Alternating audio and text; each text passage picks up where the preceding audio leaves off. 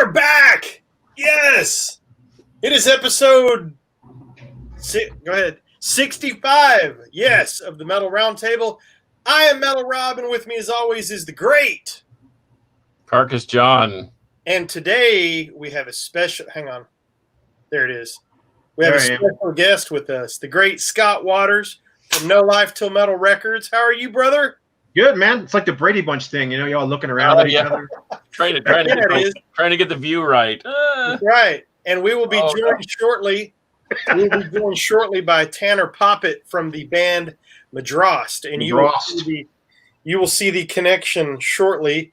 I'm going to check live on air to see if I've heard from Tanner. He should be joining us in about 10 minutes. Hello, TJ from Forebode.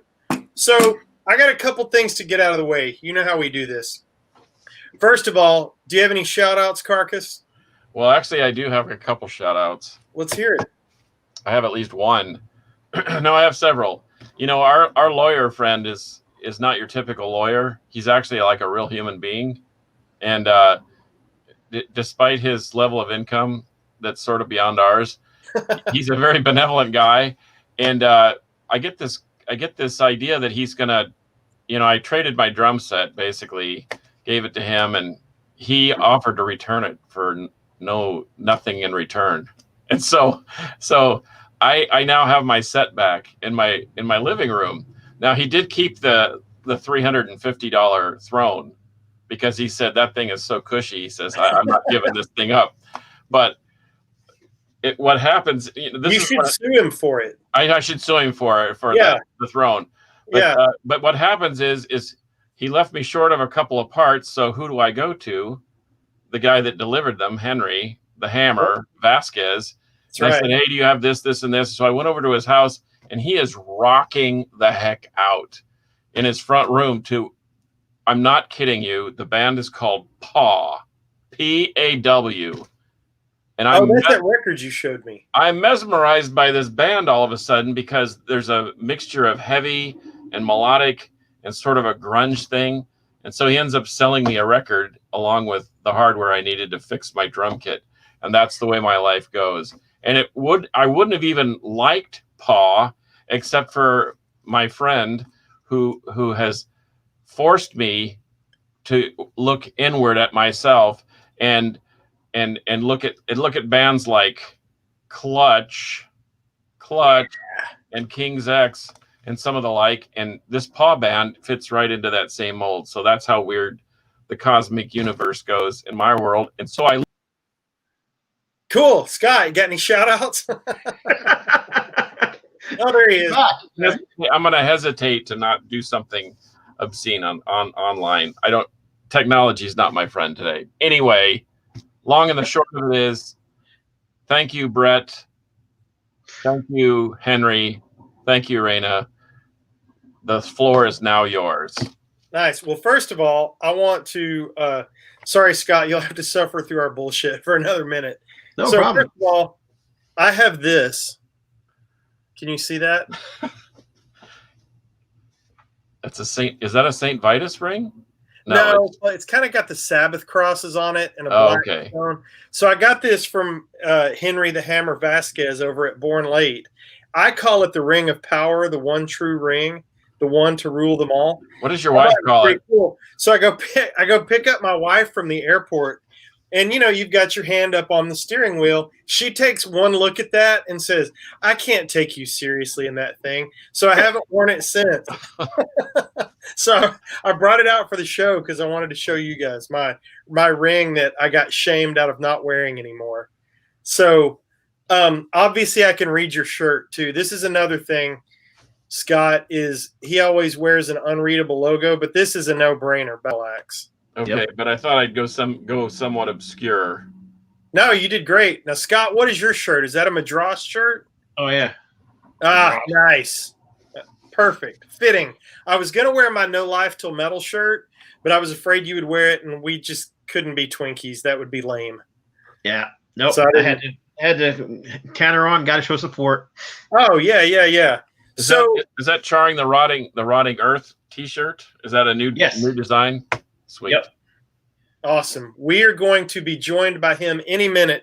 But in the meantime, I want to talk about something that, yes, Rip Wade Allison from Iron Age. Yes, I am not familiar with Iron Age, but I've been seeing your posts, TJ, and I will be checking those dudes out. So, Scott, I'm going to be interested to see what you think about this because I know what the Carcass thinks.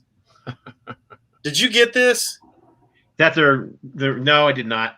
The Lynch Mob reimagined? No, I did not. Is it good? Okay, here's the deal.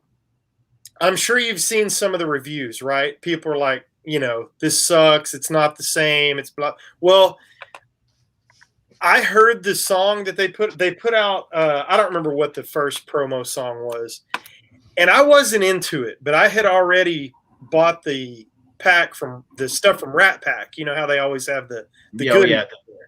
The bundle so packs. I bought the tape and I bought the CD and a sticker and it comes with a bunch of crap.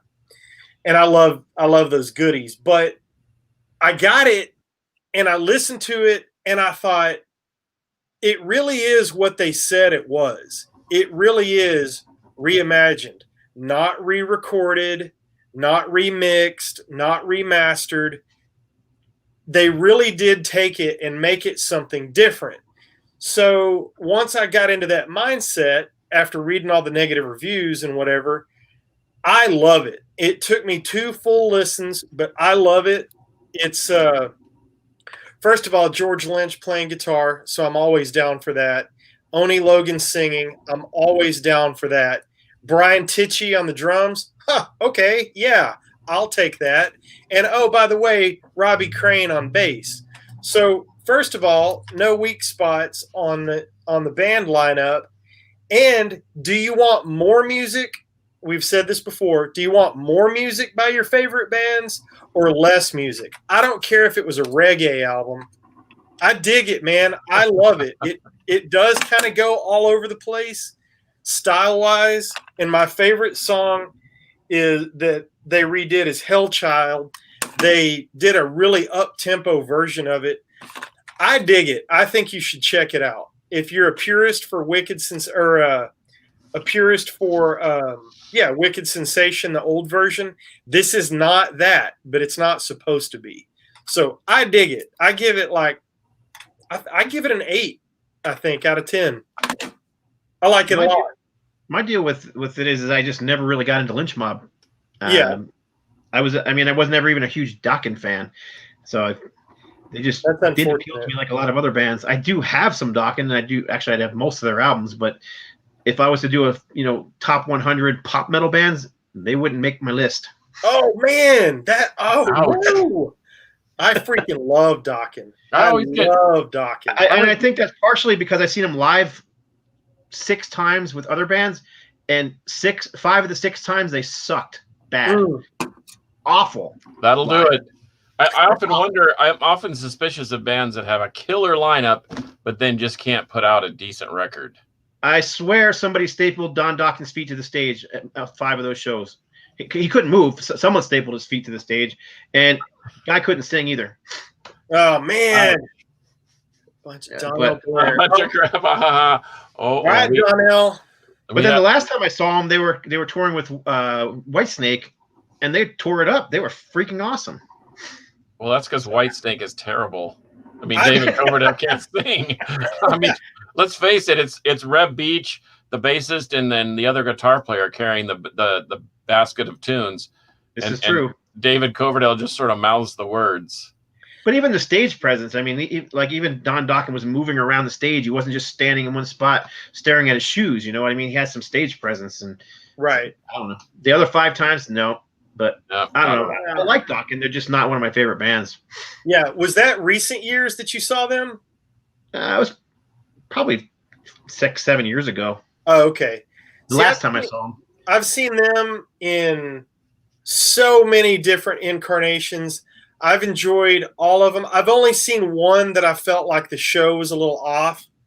But I just love Dokken. And like he said, because he even responded to some of this because people are saying, oh, he sucks, he can't sing anymore, he doesn't move around, blah, blah, blah. All the things you just said.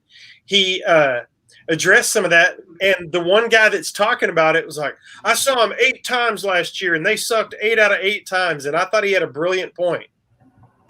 But you paid to see us 8 times. So if you don't want to go, don't pay the money, bonehead. So I love Dokken. Every time I've seen it was opening for other bands. So, and one time I won free tickets and backstage passes from the local radio station. So, oh wow, Donnell. I agree, Donnell. Yeah, Richie. Don owes you $30. Yeah. He was mad about the last time that we went and saw him together. I think I've seen him one time since then. But anyway, this worse. I saw Slaughter and Mark Slaughter. Wow, was he bad last time I saw him? Really? I saw him at Hair Metal Holiday in Dallas a couple of years back, and they crushed. I've seen Slaughter many times, but that last time I saw him, maybe it's just an off night. He was just not doing well. Oh man, he's a better guitar player than he is a vocalist. They killed it. They killed it, and his 2 solo albums are as good or better than any of the Slaughter records, in my opinion. And I like all the Slaughter records. I like them. But I think front to back, those 2 Mark Slaughter solo albums maybe are better. So you're not talking about Excursion? No, I'm not talking about Excursion. Hey, look Tanner. Here. What's up, Tanner? What's up? What's up, Tanner? How are you, brother? How are you guys doing? Thanks so much again for having me. Sorry, I'm a little bit, man. Yeah. I'm a little late. No, you're good, dude. You're good. We were just wrapping up our shout outs and all that kind of stuff that we do the first few minutes of the show. So you're good to go. So we were talking true metal, Dokken and Slaughter. Yeah, that's right. Thank you for rescuing us, Tanner. The Canadian Slaughter or the hair metal? No, we were talking. No, unfortunately, not the Canadian one. I thought you said true metal, so I was like, oh, okay, it must be talking about. I like this guy already. I like him. I like him even more. All right. I'm outnumbered here. Thank you very much, guys. Seriously, for having me. I truly appreciate it. And Scott, very nice to talk to you man to man. So thanks for everything that you do. Anyway, let's get on with the let's talk some shop here. Let me tie all this together for everybody. So when we decided that we were going to have Tanner on today, I called Scott about an hour ago and I was like, hey, dude, why don't you pop on? Because then we'll have the label perspective and the band perspective. So I'll tell you my limited knowledge about the band because Scott hit me up a few months back and he's like, you've got to check out this band, Madrost. And am I saying it right? Yeah. Thank you very much for that too, by the way. Really Madrost. Yeah. Okay. Knowing how to pronounce it. So he sent me the files because I do a ton of mastering work and all that. He was like, dude, you got to check this out. We're going to pick these dudes up. I loved it. And then last night, and I'm going to let Scott get more into that, but last night I was doing a little homework on the band. I thought you had 2 albums. I didn't realize that you had 4. Yeah, that's correct. I was very pleasantly surprised, and holy cow, blockbuster. So I'm just going to let Scott take this over at this point. How did you guys get connected? Tell us about that. I think, Tanner, you contacted me, didn't you? Yeah, so as you can probably see behind me, this is my vinyl collection, somewhat there. And I'm an avid vinyl kind of guy. So when I was discovering, that there was this vinyl community, the VC community, as Scott calls it, Scott's channel was like the first one that I had been, had seen or whatever, and I've just been following his videos for, months. I don't know if he knows this story. So I've been following him for months, and I literally just wanted to send him our previous album, The Essence of Time, Matches No Flesh, on vinyl, in case he might possibly want to show it on one of his future videos. Help give it some more exposure. I knew he ran the label, but that wasn't like the intent when I initially sent it to him. It was just like he might like this enough to kind of showcase it on his channel. So that ended up, working out. He actually did showcase it on his channel, I think the next episode, if I'm not mistaken, and a couple of times after that. And I think Scott had just said, hey, would you, want to work with us in the future? And I said, absolutely. We have a new record coming out if you're interested. And I think I sent him, the single that we released, and he liked it enough to, him and Bill obviously liked it enough to, reach out and say that they're interested. So I'm totally grateful. And hopefully I'm telling the story, doing it some justice here. But Yeah, essentially, in a nutshell, that's my recollection of it. That's pretty much what happened. And then I just loved the album, so we started actually carrying the old stuff that is not on our label and just selling it through our website for him. And he sent us a big batch of records and CDs, and we sold out. And we were like, dude, we need more. So he sent us more, and we sold out again. And so we just started working together. Yeah. My hope is that, because I think Madrost deserves to be on a much bigger label. So my hope is that No Left to Metal will just be a step up to something bigger and better for him.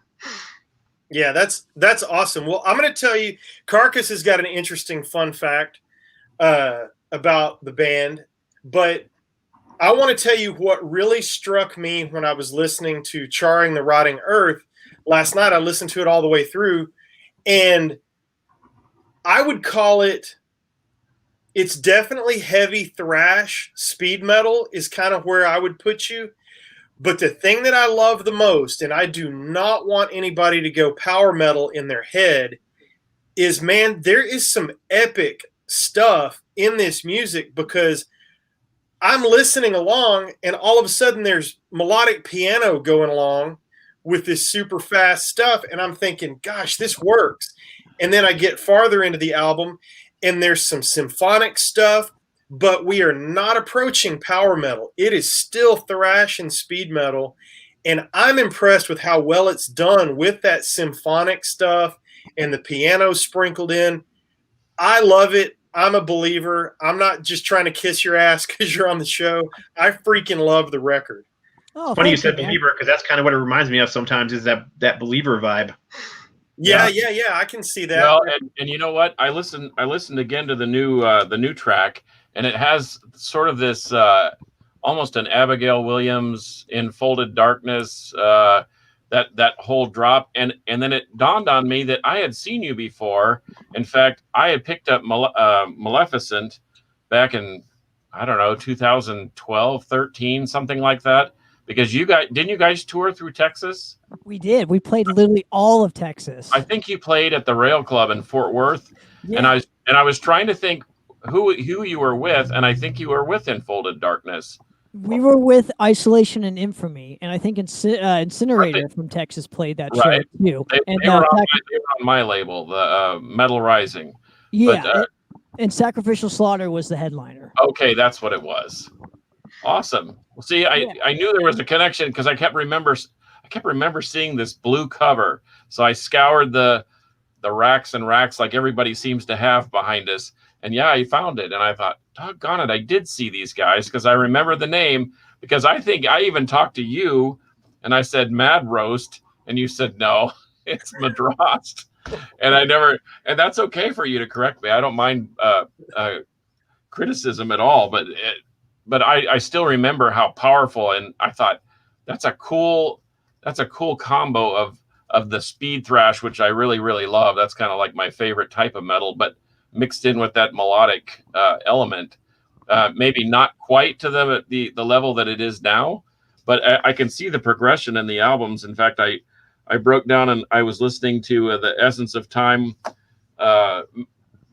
one the other day, and I thought, man, I can see the it's a clear-cut progression into a more of a powerful, but still there's that element and that foundation and just pure raging thrash, which is really killer. Yes. No props. Tanner, would you say the first two albums were more death metal than thrash? I would say so. I would say they're more like a. Oh, there you go. Probably mic's not turned on, but it is. I would say it's more of like a, kind of like what a Protector is. I don't, if I'm sure the German Protector, Yeah. Like it's kind of like what they would play, except like maybe on like a dumber down version or something. But we're not like as super like as like a Protector is, but yeah, it's in more of the like ferocious kind of death thrash kind of thing. Sure. In the beginning, and then obviously prog kind of came in, and the more layers the better now, because we like to add a lot of layers with literally every record. So what you're hearing, obviously, with Charring is like the next step up with more and more layers. So, yeah, I would say so. I love it. What I always do when I discover a band, and thank goodness that Scott turned me on to you guys, because now I'm gonna go backwards and get everything else. And that's how I do. Carcass knows, man. Once I get a rabbit hole snipped out, I am all the way down that bad boy. So I will go find everything and I will own it. So where did you come up with the name? Tell us about the name and what that's all about. Sure. To go off your point, I think you might have a hard time trying to find the old catalog, because I guess it's pretty much all gone. As far as I could tell. Scott can probably fill you in on that stuff goes, but yeah, the name came from it was 2007, so the basis of like my specific area was more of like a metalcore thing, and bands had like sentence long names, like paragraphs for names is what I made fun of them. And my favorite bands had like 1 to 2 to 3 word names, so I needed something that would kind of pinpoint exactly what I wanted to do musically, and not put us in like our own like box, so to speak. Like we couldn't have room to grow.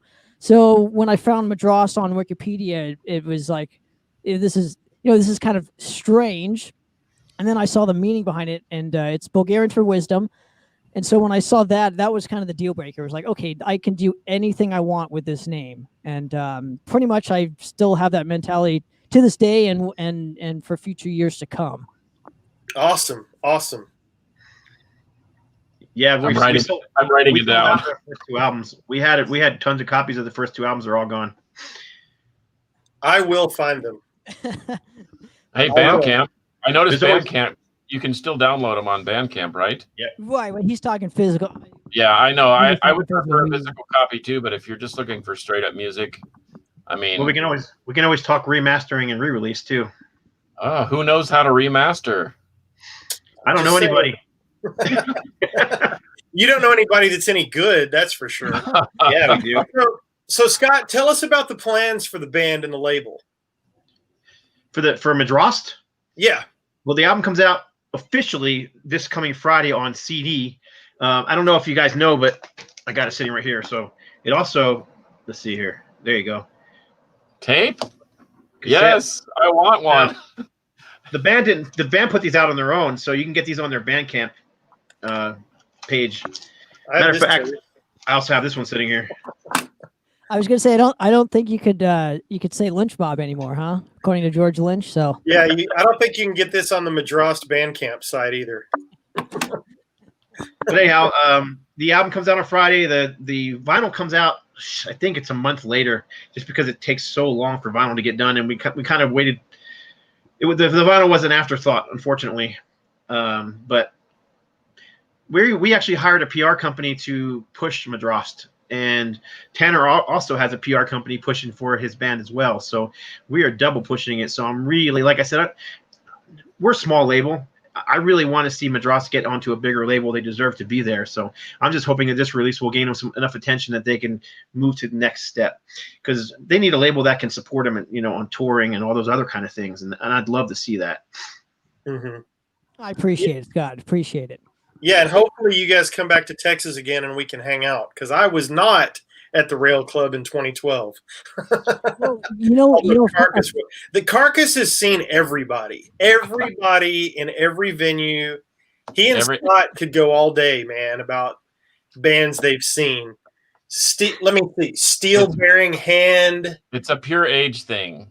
Okay, age and availability. I mean, yeah. When you get as old as I do, then you've seen a lot of stuff. Period. It just happens. You are the elder statesman of the group. I am the elder state, and I'll be older on Sunday. Is it Sunday? Sunday. Well, I mean, you would know. It is your birthday. I think I need a tape for my birthday present. I think I'm gonna have to hit up Tanner. I'll buy my own birthday present. I have no problem doing that.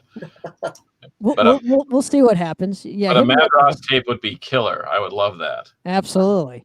Absolutely. I just happen to know about something special that is going to happen for you on Saturday. I just happen to know. Yep. You're going to be receiving something that I know about. I was given information today, and I am pretty stoked about that. So, but he can't talk. But he can't talk about it here because it's private.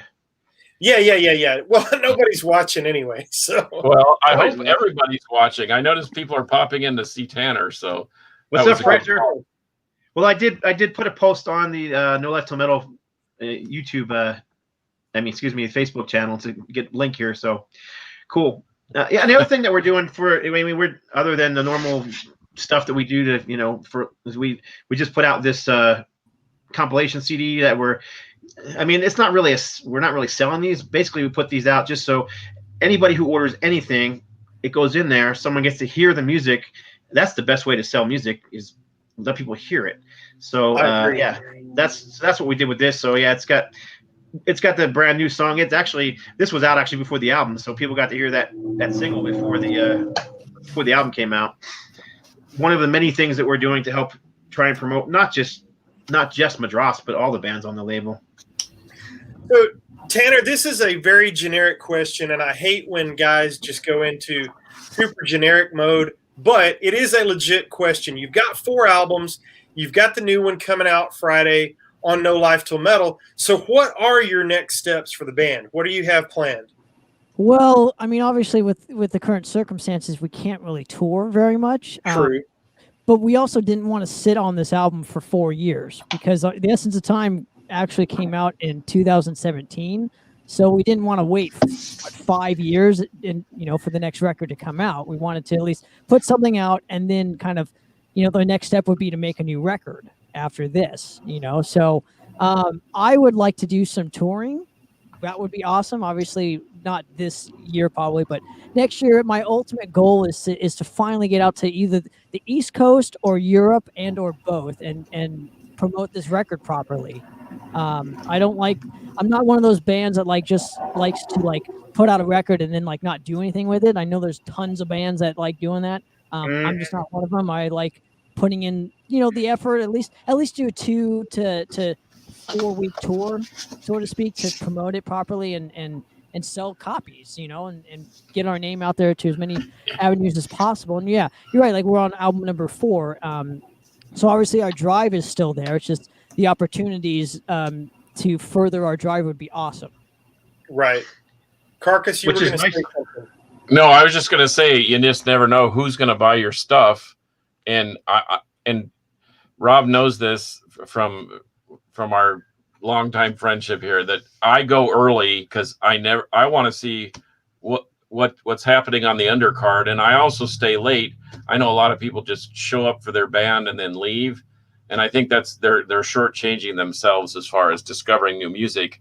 So I've known about you actually since 2012 or 13, whenever you toured on that tour. And let me ask you something real quick. Do you think that will happen in the near future? Do you think there will be people that only stay for their band and that's it again? Or are they going to take advantage of the whole show? I think people have a better appreciation for the value of going to a show. And I think there'll be a lot less of that. I think people are now jonesing for anything to go see a live music event or whatever. I'm going to be spoiled on Sunday or on Saturday because I got a live band playing in my living room. So I'm really excited about that. It's not the same as going to a venue and interacting with a bunch of people, meeting new bands, hearing new music. But that's the reason I go. I mean, I pay to get in, and then I pay to support the bands, especially if they're great. And I remember buying that CD. I just back there in that one back corner merch area at the Rail Club, and so I think people are going to do less and less of that. One show and go. They're gonna stick around for the evening. They're going to want to be out in public, out of their houses, out of their dungeons, out of their whatever they're in. Right. So I see a new standard and a new benchmark in attendance and so forth. Most metalheads, I typically don't. Yeah, there we go. He'll be right back. Okay. Okay. Yeah, see, there he is. this technology thing. See, I'm an analog man, so that's the whole problem. But anyway, I the problem is you don't support any. Well, not to cut you off, but then how long does that actually last for? Do you know what I mean? Like where people will take advantage of seeing the whole show. Doesn't matter to me. Okay. That's just the way I am. I'm gonna go. I'm gonna support the bands. That's the thing.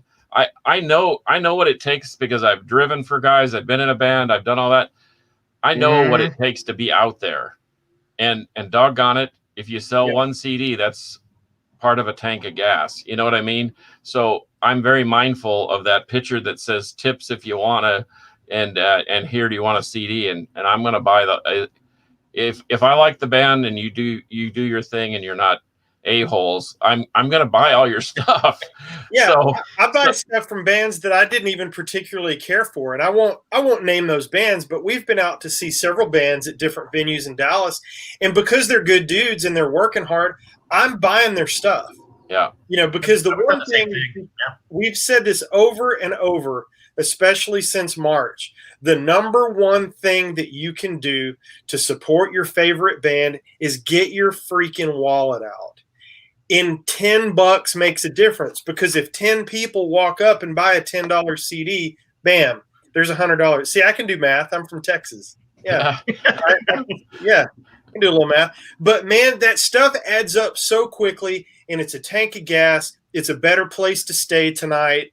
It's just those things that keep you out on the road, because so many labels, to Scott's point earlier, unless you get on a bigger label, there is no such thing as tour support at some of these lower levels. And I'm not diminishing your label. I think you're doing a fantastic thing for this band, and you have done for several other bands. So there's the promotion aspect, and there's the paying for the replication of the CDs and the albums and all that. But man, if you want to impact a band, walk up to the freaking merch table and give them some scratch, dude. Buy that tape if you're Carcass. Even when I was doing shows with my bands, I would buy the opening band stuff. Some band came into town and we were playing a show with them. I would buy it just because they came in from out of town and they needed to buy a hamburger and some gas to get back. So right. Plus, I discovered some great bands that way. I mean, bands that have done pretty well for themselves, like Vindicator and Vector and Havoc. All those bands came through town and played shows with us back in the day. And I bought all their. I have the all their demo tapes, because I bought them, or demo CDs back then. I bought them off their tables. So yeah, and to go off your point, $10 is the difference between you eating and you not eating. Right. Throwing it out there. Also, so I have a story for you if you don't mind me telling. If it'll be really quick. Oh, take your time. We got plenty of time. So anytime like a band comes to town and like either friends of mine or I really love the band, I'll pull out a 20, and usually what I do is I'll give them the 20 and then I'll take the cheapest thing off the merch table so that like they have enough food to eat, and I still can technically get something even if I don't want anything from the merch table. If I just like the band because they fucking ruled and raged, and because I know what it's like to do it, every night. So I know $20 literally is the difference between them eating and not. Same with 10. But my point is like these bands, one, they will remember who you are. B, you'll have a cool story, and C, you get to help them. You'll be able to help the band out that support them to the next town or the next city, or because I've been there before where there's like nobody there, one person or two people there, and they've bought merch, and that's helped so much out. So usually I'll do that for like I did it for Lich King. I've done it for like In Full Darkness. Yeah, and it's just like I'll grab a couple stickers. Here's a 20. You know what I mean? Because they're on the road. I'm not. I remember the impact. We brought a band to Cheyenne one time, and Scott, you'll know who I'm talking about, because you and I opened for them on different nights of this tour back in '96. So we brought this band to Cheyenne, and I'm talking to the guy after because we had no draw. We were just a crappy local band, but we promoted it, and like 60 or 80 people came. It wasn't terrible, but it wasn't amazing. We were hoping for 200 or 300. But I remember walking up to the dude after the show and saying, man, I'm so sorry there weren't more people here. And he said, it doesn't matter because I did X in merch. And I thought about that and I was like, man, that makes a lot of sense because that impacts him very far down the road. You know, they had a great night of merch because we did bring them into a smaller town and a smaller venue, and those people were hungry for it and they just dumped out their wallets. It was great. So he had a different look about it than I did. I remember that. I remember the band and the show. What's that? I remember the band and the show. Yes. Yeah. And there was a band in between the two of us, right? Yes, there was. They were touring with another band. Yeah. Yep. Oh, we lost Rob. Oh, we lost everybody but me. I am still here. Oh, we lost me. I can still see you. Yeah, I can hear you. Yeah, I got everybody. I think technology. I think we're still flying. I think we're good. Absolutely. I don't think we've hit the side of the mountain just yet. So Tanner, what cool merch do you guys have? I'm a merch freak. I'm a geek. So what's like the coolest thing that you guys have put on the merch table over the years? Well, I don't think they would fit you, but we have a pair of women's panties. You know, with you put the logo on, you know, and they sold really well. Like we did it as a joke, and they. I mean, we need to do it again. I need to call my guy and have him, you know, do some panties. But yeah, dude, like the weirdest stuff would be like, you know, women's underwear, booty shorts. They all of them sell really well. So if they sell, I'll make them. You know. That's funny.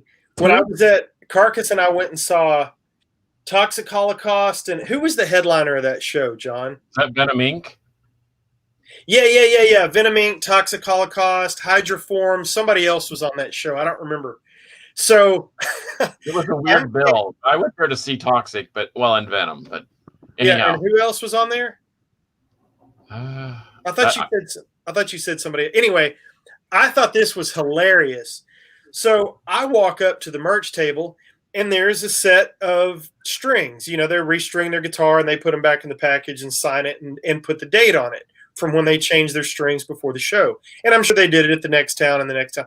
So I thought that was pretty cool. So I whipped out a 20, and I got something neat that was signed by the band that not everybody has. My buddy bought the empty, washed-out liquor bottle from one of the dudes in Overkill. I remember that. It was outstanding. $20. You know, yeah. I love it. I do remember that. Now, Tanner, if you ever make it to town, we have to go to Casa de Carcass because you have never seen a home heavy metal museum like that dude has. It is unreal. And I've met Scott a couple of times, but I've never been to Scott's house. So I can't speak to that. But Carcass, oh my gosh. You go in to the bathroom, and is it a Slayer shower curtain or is it a Motorhead shower curtain? I don't know. You know, we try to keep things fresh around here. In fact, Tanner, you could just set up in the living room and play. I'm down. Are you like Casa de Carcass? Are you like John Petrucci, who has like a second home for all of his freaking music? It's just like literally. Well, the whole house has sort of become. As I clear out rooms, the whole house is becoming more and more like a museum.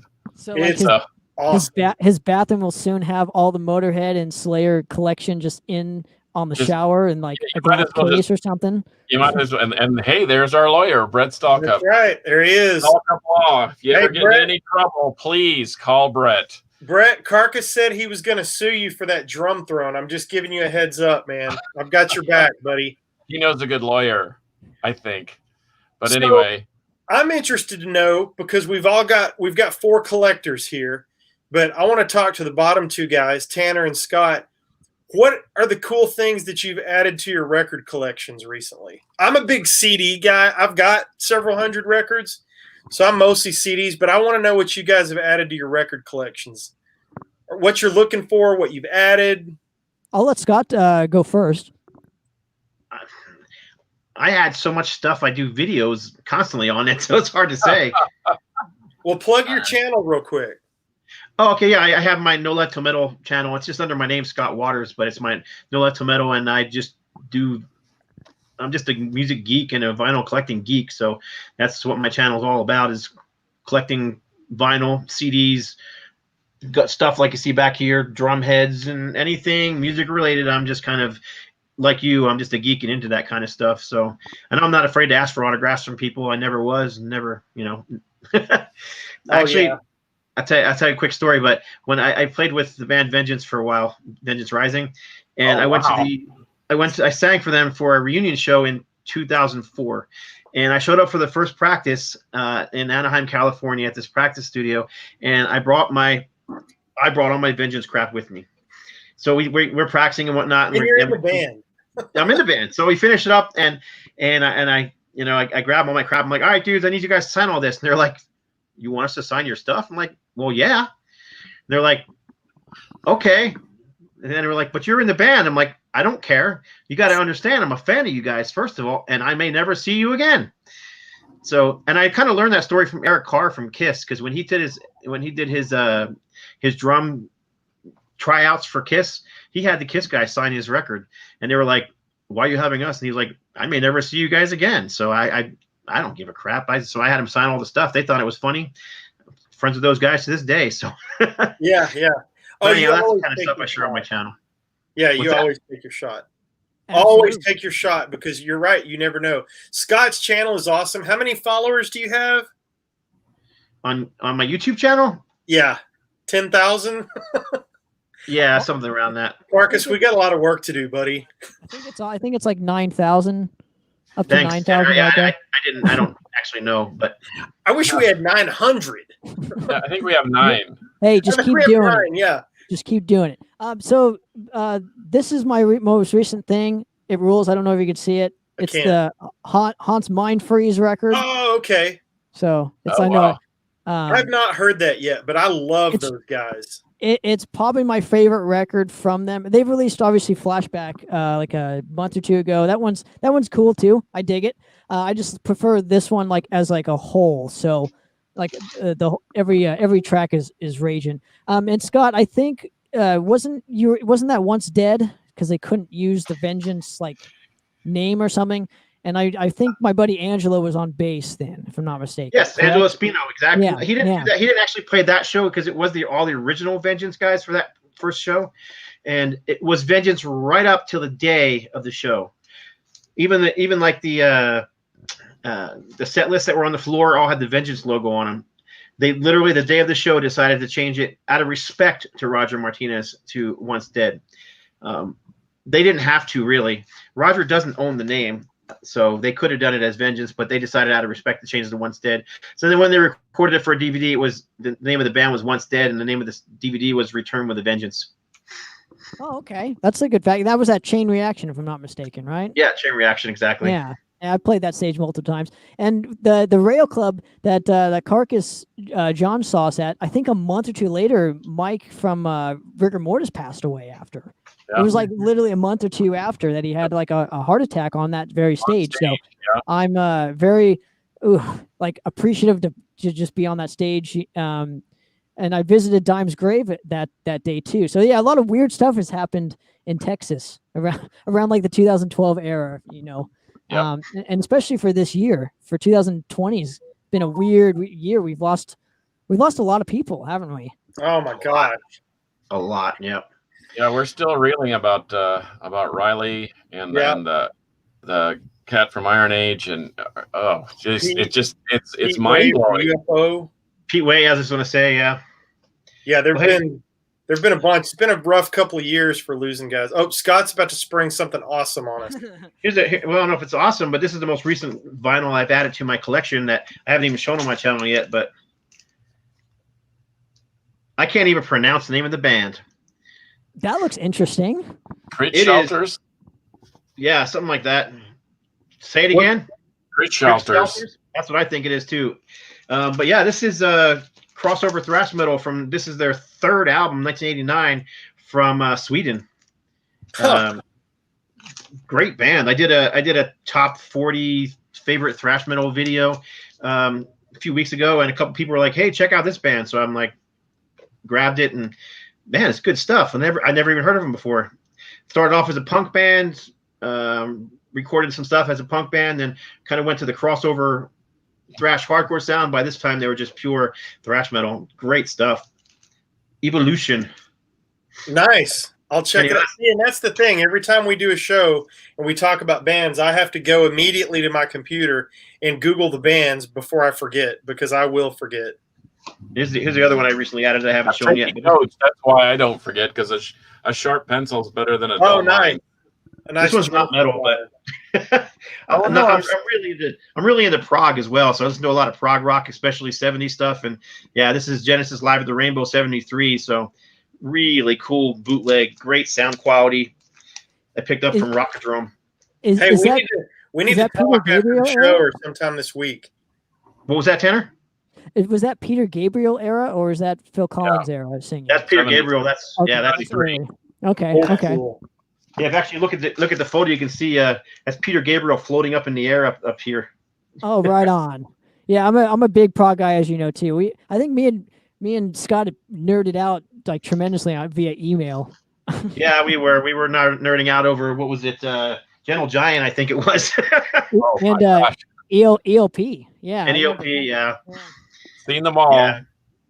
Carcass is trying to figure out how to work in an Osric Tentacles reference. Oh, stop. Hey, see, Tanner, do you know who Osric Tentacles is? No, but I want to check him out now because the name sounds awesome. The guitarist that runs the show there for them, Ed Wynne, Wynne,